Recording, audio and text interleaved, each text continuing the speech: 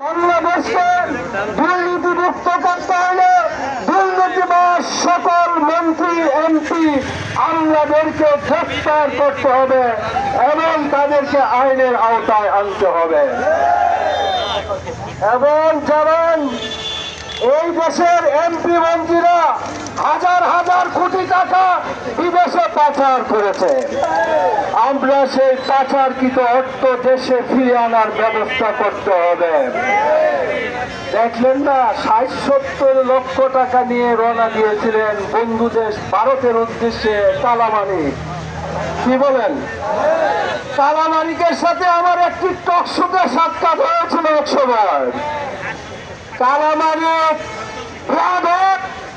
অত্যন্ত খারাপ একটি লোক, তাকে জনগণকে রায়ের মাধ্যমে হত্যা করার জন্য তাকে আপিল ডিভিশনে বসানো হয়েছিল এবং অনেক দেশপ্রেমিককে তার কলমে তাদেরকে ফাঁসি দেওয়া হয়েছে। আজকে কালামানিক ধরা পড়েছে, কালামানিকরাও শান্তিতে থাকতে পারবে না। ছাত্র জনতা গড়ে ফিরে যায় নাই, ফিরে যাবে না। একটা একটা করে সকল খুনের বদলা নেওয়া হবে। সকল খুনিদেরকে আমরা আইনের আওতায় দিতে চাই। এবং আপনারা জানেন আমাদের নোয়াখালী, লক্ষ্মীপুর ওই সমস্ত অঞ্চল কোনো সময় প্লাবিত হয় নাই। ভারতীয় পানি আগ্রাসনের মাধ্যমে আমাদের দেশকে ডুবিয়ে দেওয়া হয়েছে।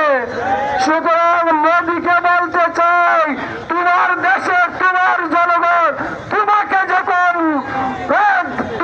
তোমার দিকে যখন ধাওয়া করবে, তুমিও পালাইবার রাস্তা পাইবা না। আগামী দিনের সকল কর্মসূচিতে অংশগ্রহণ করার